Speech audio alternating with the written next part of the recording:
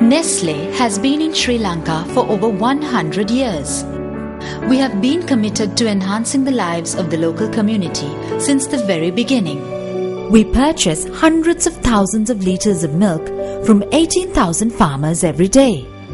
Committed to increasing fresh milk production in Sri Lanka, we help local dairy farmers produce milk that meets our high-quality standards.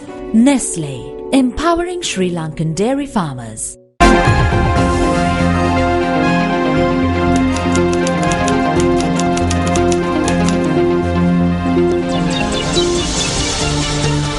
Hello there, very good evening and welcome to Primetime News. I'm Shane Silva. And I'm Mahina Bongzo. Tonight on the news, exclusive remarks from a former Chief Justice. Not hold public office in this country again. What is Justice Saratan Silva talking about? We have more details coming up on the bulletin, but first a look at your headlines tonight.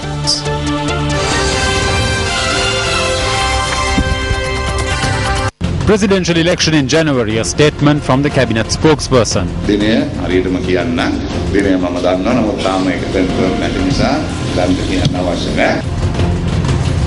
Protests in Colombo, trade unions demand 10,000 rupee wage hike.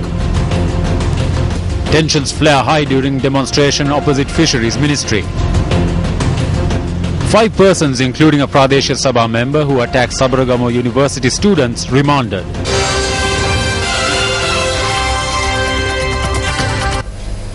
The 6th phase of the Divinaguma National Programme got underway under the auspices of President Mahinda Rajapaksa at Temple Trees today.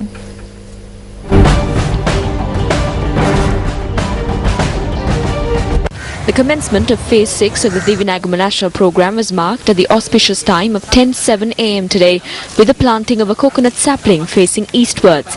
The Presidential Media Unit says that Phase 6 of the Divinaguma National Programme, which seeks to strengthen 2.5 million household economic units across the country, will be implemented in 14,022 Grama-Niladhari divisions in 331 administrative divisions. The statement issued by the Presidential Media Unit reads further that a separate gardening program will be introduced for schools and public institutions.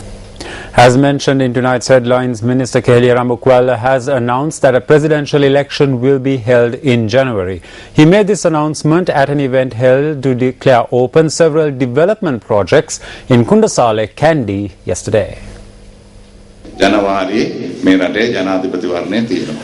A presidential election will be held in January. I cannot announce the date as yet because it is not yet confirmed.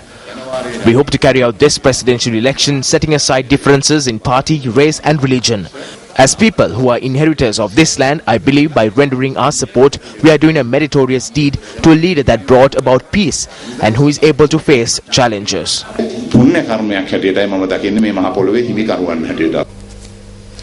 Meanwhile, Minister Susil Premajayanthi states that they are ready to face the upcoming presidential elections. The President clearly announced that he will be contesting for the upcoming presidential elections. We called on all parties of the UPFA and held a meeting last week. Thereafter, the parties met separately. That is why the President had reached his decision after we had agreed on a stance. It has been proven that Mahinda can not only contest 3 times, but more than this. While we all know that Ranil Wickremesinghe cannot, within the coming 24 hours, we will be holding discussions with the National Freedom Front as well as the Jatika Heluramaya. We still do not know the stance of the TNA. However, there are various views expressed within the party itself. They have to resolve those issues. I am unaware of their stance. The Sri Lanka Freedom Party says that the decision of the European Union to lift the ban on the LTTE signals a great danger for the motherland. Issuing a statement, the SLFP says that the decision of the United Kingdom, which was also a victim of terrorism, is incomprehensible. The statement, which has been signed by SLFP Treasurer Dalla Salha Peruma, notes that while at first glance this appears to be a court decision, when considered in depth, it is by no means an isolated incident. The statement reads further that the main opposition, under the guise of the human rights slogan, which has made foreign funds their sustenance, and that certain non-government organizations which betray the country are playing a role in this effort. The SLFP notes that as long as we fail to understand that many apparently isolated incidents are part of the same process, these elements will be able to achieve their goals easily while we remain ignorant. Citing several incidents that have taken place parallel to the lifting of the ban on the LTTE, the SLFP says that the nomination of the Channel 4 film for an award in the US is one of these incidents. The SLFP claims further that the decision of the Chief Minister of the Northern Province and the Board of Ministers to boycott the journey of the Yal Devi to the north and the Jaffna Development Committee meeting chaired by the President, the incomprehensible silence of the UNP on the lifting of the ban on the LTTE and other developments that have arisen at a time when there is talk of an upcoming presidential election can by no means be considered to be accidental. The statement issued by the SLFP states that we must correctly understand the signal that has been sent and correctly identify our duties. It was revealed at a media briefing convened by the UPFA today that diplomatic measures are being taken regarding the decision of the European Union. Following the Black July of 1983, the J.R. Jawardena government led by Ranil Wickremesinghe were not able to protect the innocent Tamil people. As a party, the UMP alone should take responsibility for enabling the creation of the diaspora. It is been said that we should return to this position. If we have a direct and intelligent leader, we cannot do so. The government is taking the necessary steps regarding this at the diplomatic level. Even with regard to the problem we are facing in Geneva, we are acting at the diplomatic level. We have done what we can on our territory. Opposition parties and parties allied with the government allege that this situation has been caused by weaknesses in the foreign service. We wish to remind the government that the people are at a position where they will make clear at the presidential election that this old system will not do. We saw very well in the recent past how the government acted with regard to ambassadors who had the knowledge to defeat the LTTE power that is rising internationally. In the recent past, the entire world received reports of how thug MPs who are advisors to the government attacked ambassadors who have the knowledge to overcome the situation that has arisen internationally. What we saw from the government was a situation which the world laughed at, where the ambassador who was attacked was sent home and the thug advisor and MP appeared to be stronger than ever and was even taken abroad.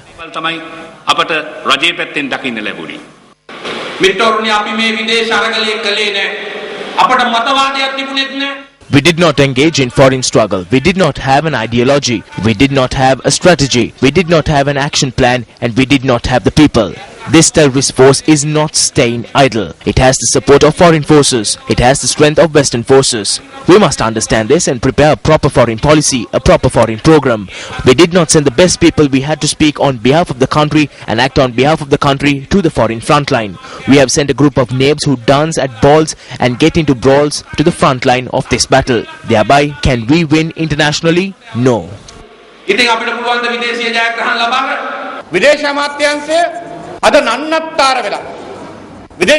The foreign ministry is totally adrift today. The foreign ministry is not building up the image of the country.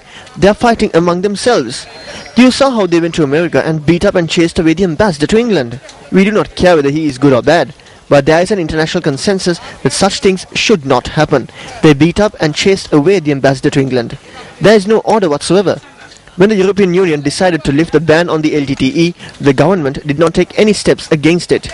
When the court was given the verdict, the government was not there. We did not appeal asking them not to take this decision. As a nation, we could have lodged such an appeal. Instead of doing something as a country, the government has now politicized this matter.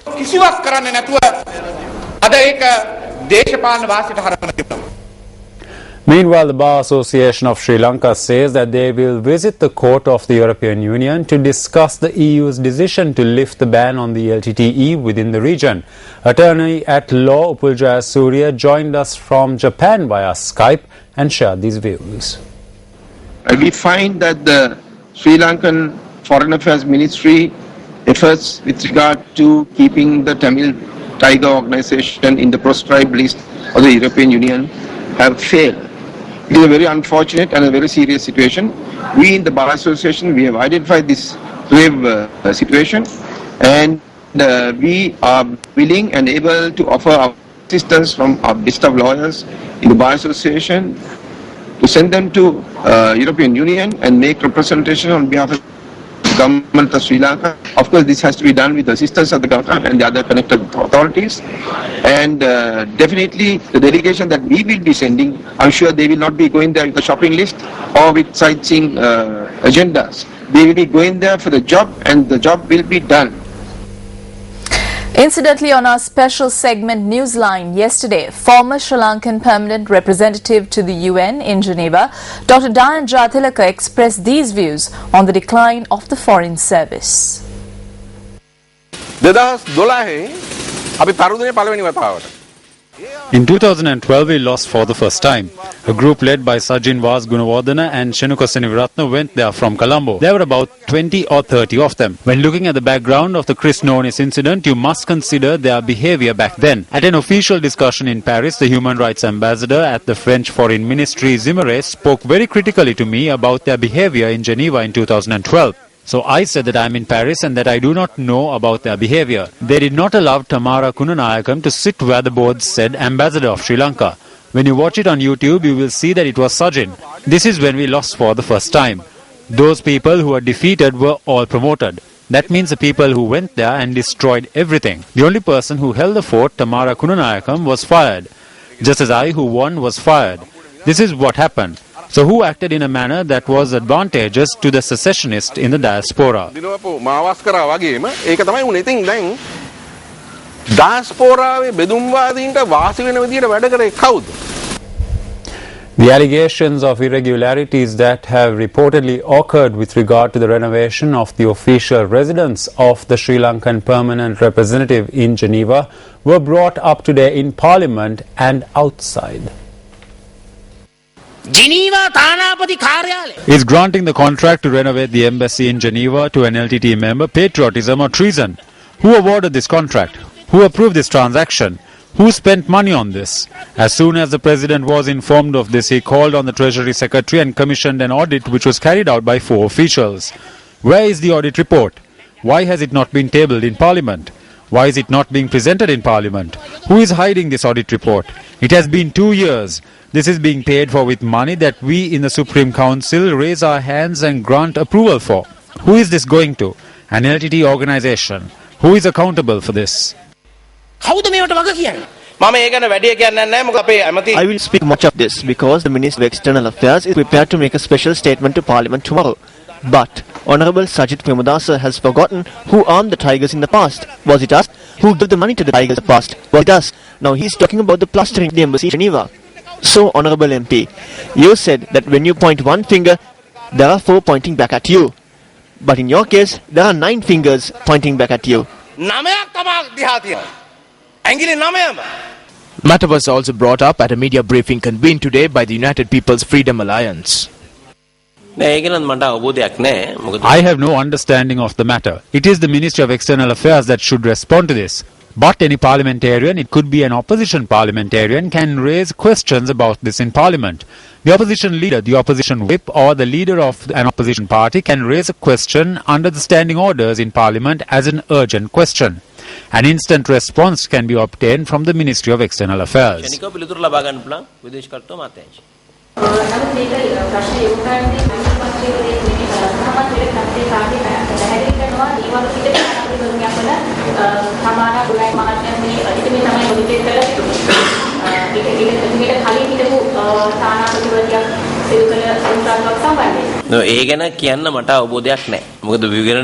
I do not have an understanding of the subject to speak on it.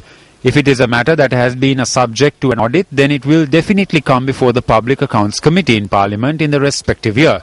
There is an audit report for the year in question from the Ministry of External Affairs. It will come to the Public Accounts Committee and the question can be brought up there. It can be presented there and a clear response can be secured. I am unable to respond because it is not my ministry. Ask me anything about my ministry and I will answer. If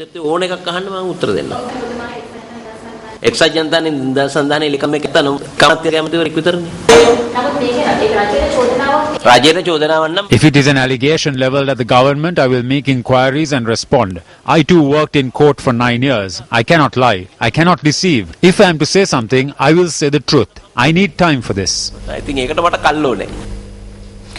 Former Chief Justice Sarath N. Silva says that he is steadfast in his resolve to never hold public office again. He made this statement in an exclusive interview with Newsfirst Nadim Majid on Newsline.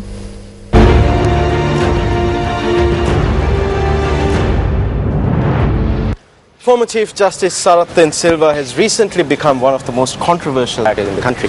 The reason for this controversy, Justice Silva, is your recent apology for a verdict that you had delivered 10 years ago almost. Why are you apologetic about this verdict? Whenever some judge gives a final judgment, that always bothers the judge. Have I been right? Or may I have made a mistake in this process? Now the judgment in question, Nadim, is with regard to this helping Hambantota issue. So now lot of things flow from this judgment. But the people also say that you're responsible for another verdict, which enabled the current regime to have its 2/3 majority. That parliamentarians, in keeping with their conscience, can cross over. Are you apologetic about that? No. I have nothing to apologize there, nothing. No, this is a serious misconception. The law is very simple on this, nothing. We follow the British system in respect of parliamentary government. According to the British system, in the House of Parliament, in the House of Commons, any member of the House of Commons can cross the floor. So this is a salutary safeguard, Nadim, of an MP's rights. One of your most controversial post-career judgments at this moment has been that the president cannot seek a third term in office. Your basis is that there's a flaw in the 18th Amendment to the Constitution. What exactly is this flaw? So the disqualification comes not from holding office. Moment you are elected for the second time, on the date of election itself, he becomes disqualified. See the brilliance of Mr. Jayajawardhan. Why did he do that, Nadim? Because he knew that a person once elected will try to fiddle around with this system and get over this. Now Mr. Mahinda Rajapaksa is shrewder than Jayajawardhan and Chandrika Bandanayak all put together.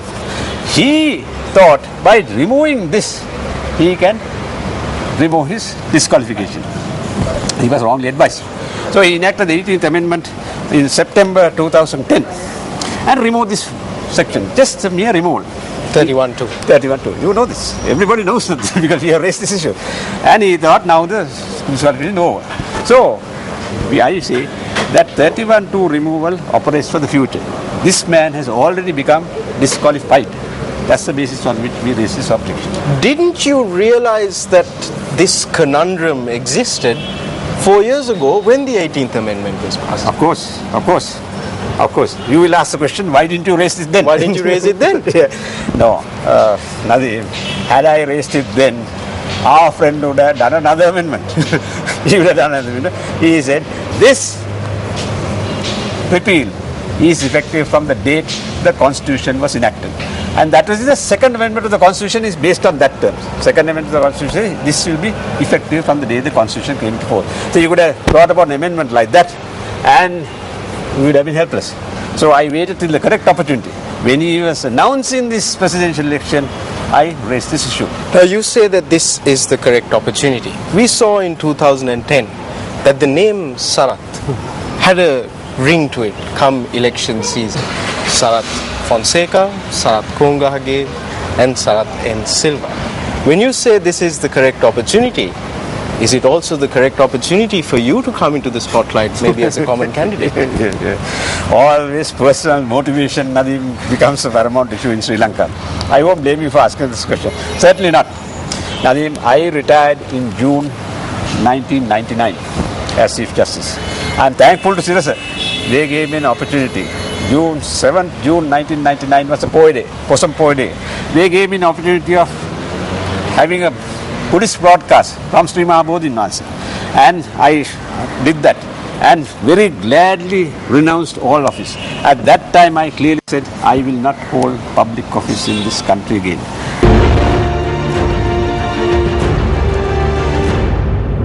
Welcome back to the news.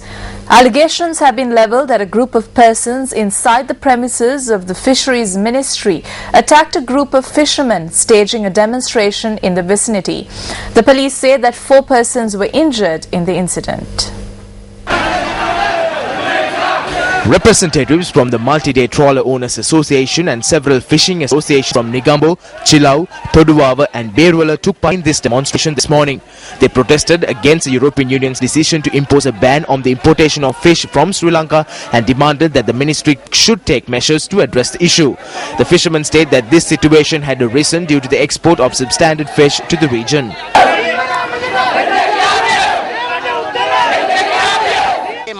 They say that our fish will not be exported till the 15th of next month because they have been given a red card. This is a lie. The fishermen charge that the European Union has made it mandatory to monitor trawlers with the use of GSP technology, but this facility has not been provided to them. A group of persons who were inside the Ministry of Premises held placards and objected to the fishermen's protest.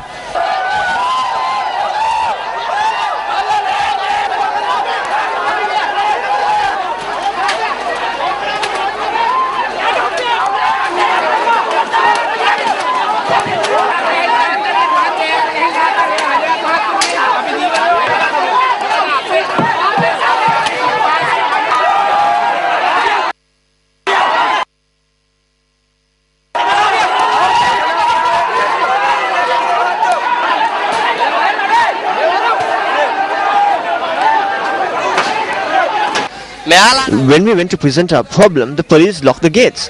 When we were waiting outside, a group came from the other side and started hurling stones at us. Then the police told us to stop shouting without doing anything to stop them from hurling stones at us. We came to the ministry to resolve our issues, not to create chaos and misbehave. The ministry themselves threw stones at us, who came there in a peaceful manner. Thereafter, the riot police unit arrived at the location.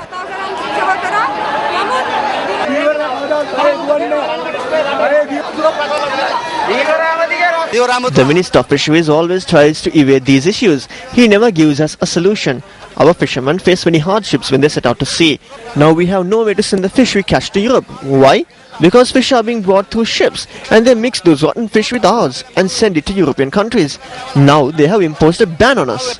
The Minister of Fisheries expressed these views with regard to the protest at an event held in Kaluthara today. The European Union presents conditions. Now our fishermen travel to economic zones of other countries illegally and they bring in this catch. That is why there is an issue. Demonstrators representing several trade unions, including the National Trade Union Centre, held a demonstration in Colombo Fort today.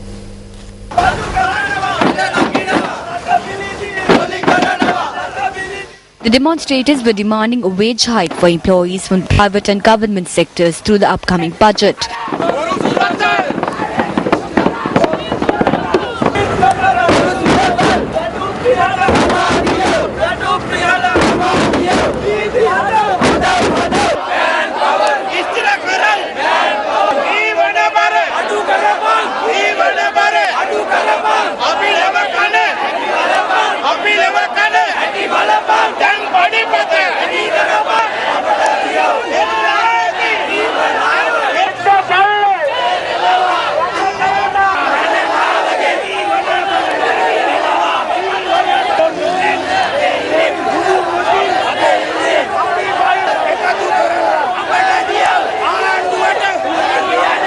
The demonstrators made their way from opposite the Fort railway station to the main road, hampering vehicular movement in the area.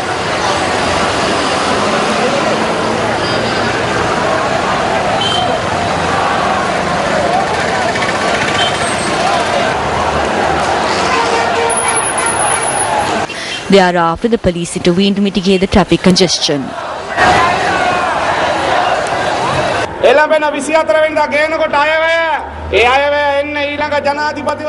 The working people are not ready to be fooled when they present the budget on the 24th and hope to show a carrot to the people because of the presidential elections. When the budget is presented on the 24th, they can be ready to pack their bags and go home at the next presidential election if they have not paid attention to our demands.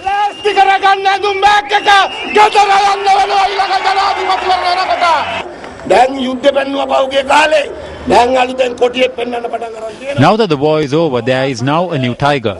The European Union has lifted the ban on the LTTE. This is a lie. This ban was lifted by a low-level court in the EU. If the government wants, they can approach the high-level court and intervene. Instead, the government is trying to recreate fear so that they can obtain votes. The talk of the LTTE won't work if they are not going to listen to the public when they should be ready to leave.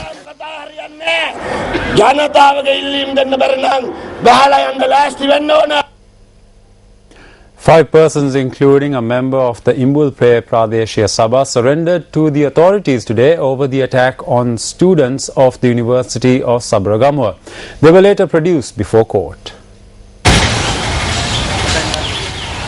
The suspects were produced before the Balangula magistrate today and were placed in remand custody until the 28th of this month.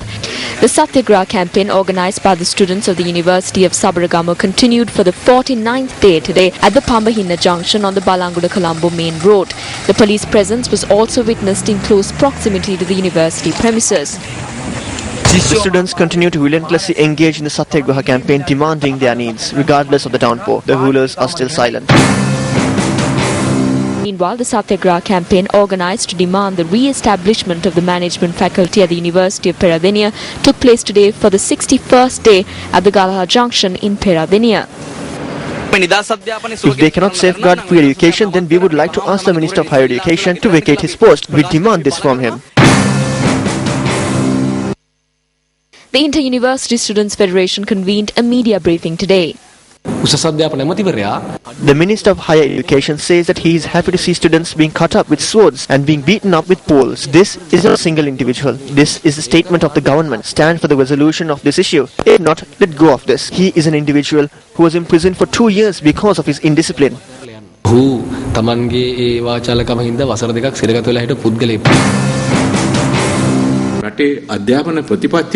We have consistently requested for discussions over the education policy of the country. He does not seem to listen, or he does not seem to understand our language. We need persons who are capable of listening to opposing views and include them in decision making. Therefore, we condemn this. We express our displeasure over the behavior of such ministers. So, if the minister does not understand what we are saying, we are compelled to request from the people to think about creating a suitable political environment.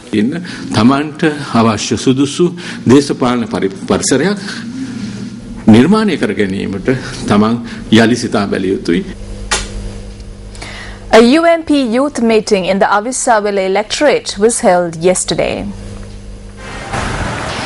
The youth meeting took place at the reception hall of the Hanwala Pradeshia Sabha. UMP Western Provincial Council member S.M. Marika and opposition leader of the Ua province, Harin Fernando, were amongst those who were present at this occasion. If this government has been rejected, then our country needs an alternative. We need a leader who will not allow thievery, deceit, crime, corruption and murder to take place. He should be a leader who can expand the health sector. He should be able to compete and spread the true meaning of free education with a proper plan within a given time frame. If you think this is true, then I would like to make a request. I want nothing else. Compare what is being said, and if this is correct, then simply rally your friends, relatives and your neighbors in the villages for a dialogue. That is more than enough. If Mahinda Rajapaksa knew that such a result would come from Uva, he would not have held the Uva PC elections. Instead, he would have held the presidential election before the Uva Provincial Council election. The UNP was able to get votes like never before. This has become like a wave around the country.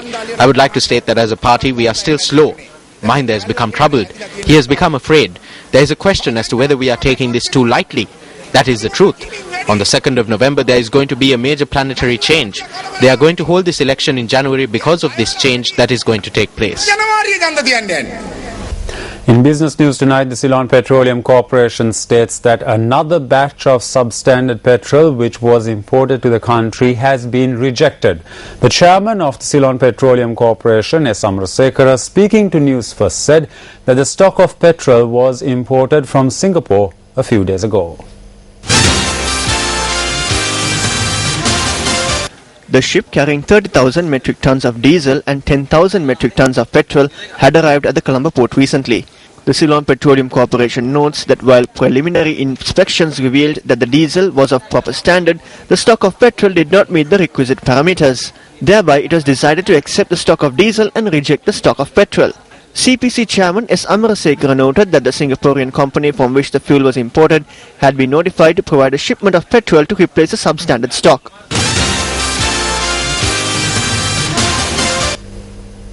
Well, it's time now for Action TV.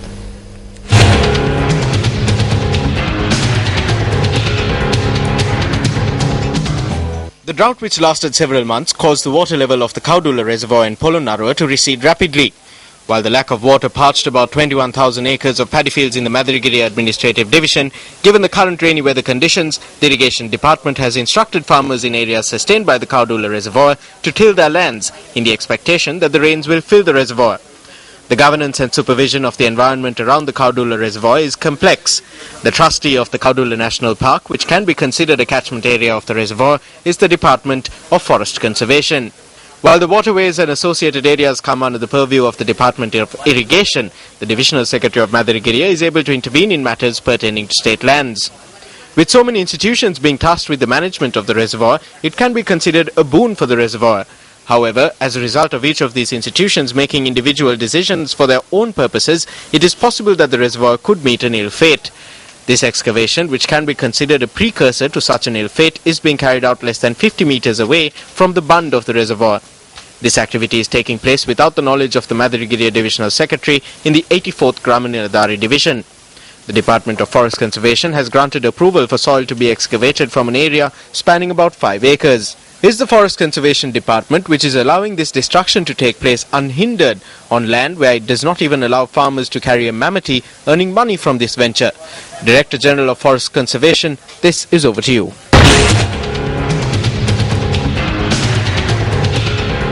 An employee at a state farm died after being struck by lightning this evening in Malwata, Ampara.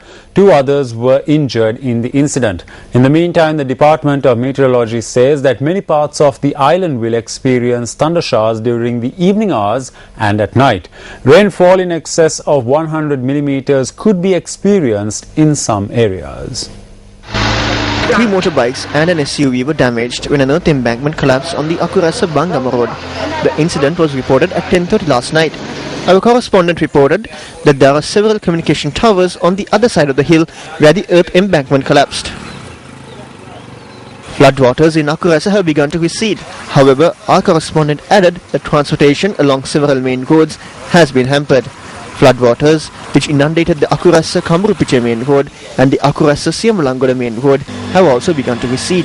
Floodwaters in Hatduwa, Aturalia and Malimbada in Akurasa have begun to recede. Houses in Kokmadua, Valipiche and Nugaduwa in the Valipiche Divisional Secretariat in Valigama were inundated by floodwaters. Large areas of farmland in Imaduwa, Gaul, was destroyed when the Pollatumodara River broke its banks. Our correspondent said that a large portion of the crops on this land had ripened and were ready to be reaped. He added that over 50 acres of farmland was destroyed. Our correspondent says that floodwaters in Kodagoda, Imaduwa, Jambugoda and Yakalamulla have begun to recede. In sports news tonight, Sri Lanka Cricket today announced that the decision taken to involve the Sri Lankan cricketers team in the sudden tournament in India was a collective one. Issuing a clarification regarding the Bitter Truth segment telecast yesterday, Sri Lanka Cricket said today that it believes this tour will be a good opportunity for the fringe players. Our special segment, The Bitter Truth, investigates.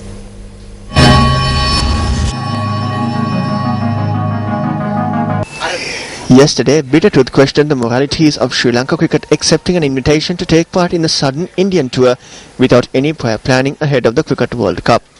Bitter Truth questioned as to whether the decision was taken by putting money before country. Even as Sri Lankan wicketkeeper batsman Kumar Sangakkara questioned the out-of-the-blue series via Twitter, expressing his displeasure over abrupt end to their training. Speaking to the Bitter Truth, Dr. Prasanna Pereira said that Sri Lanka cricket appearing on behalf of aspirations of the BCCI will have a long-term ill effect on the sport. Throughout the series, players as well as the administrative staff could gain certain economic benefits, but we should not limit this just to a short-lived victory or just a series. Neither should we forget our actual target in the future. Players are right now focusing mainly on one thing and one thing only, the World Cup. So India is our main rival at the World Cup. So this series could also be considered as practice matches. Our strategy will be revealed to them. This will severely affect our chances at the World Cup. So what is clear here is that the decision makers have thought merely of short-term economic benefits and other objectives. They are not thinking long-term and about the country. That is what I have to say. Speaking to Sports First, former Assistant Treasurer of Sri Lanka Cricket Newsfirst.lk commended the decision taken by Sri Lanka Cricket. Leuke pointed out that it is justifiable to make that decision taking into account the financial situation at SLC and that most players are interested in money. Sri Lanka Cricket today emailed Sports First a clarification regarding the Bitter Truth segment which aired yesterday. According to Sri Lanka Cricket, its secretary Nishantha Ranatunga had held discussions with the BCCI over this tour. In its explanation, SLC says that prior to making the decision to confirm the tour with the BCCI, SLC Secretary Nishantha Ranatunga had discussions with the National Select Committee, the coaching staff and the management of the national team, and after receiving the concurrence of all concerned, took this decision. Sri Lanka Cricket says that the president of SLC, Jayantha Dharmadasa, and the office bearers were at all times briefed on the developments.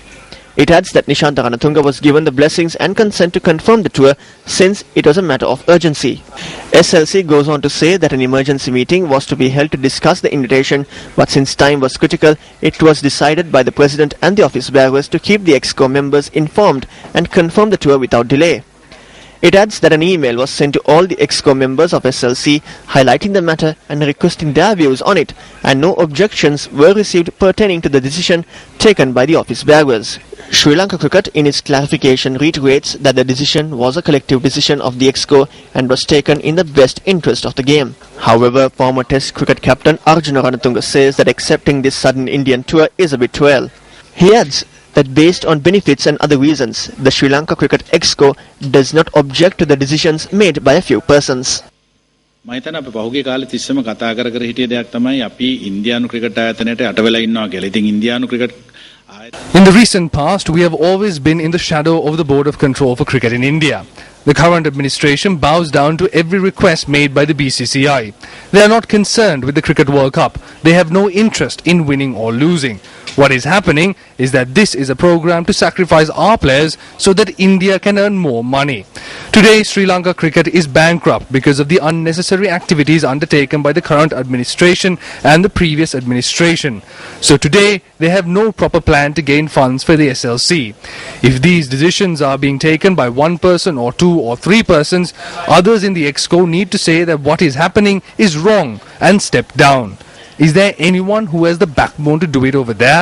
මේ කරන වැඩ වැරදි කියලා අයින් වෙන්න කොන්දක් තියෙන එක පුද්ගලයෙක්වත් මන් දන්නේ උතන ඉන්නවද කියලා. Sportsmen and sportswomen received the opportunity to obtain applications for the Sports First Mobitel Platinum Awards from the Platinum Awards Motorcade in Badulla today. The Platinum Awards Motorcade will now make its way to Monaragala.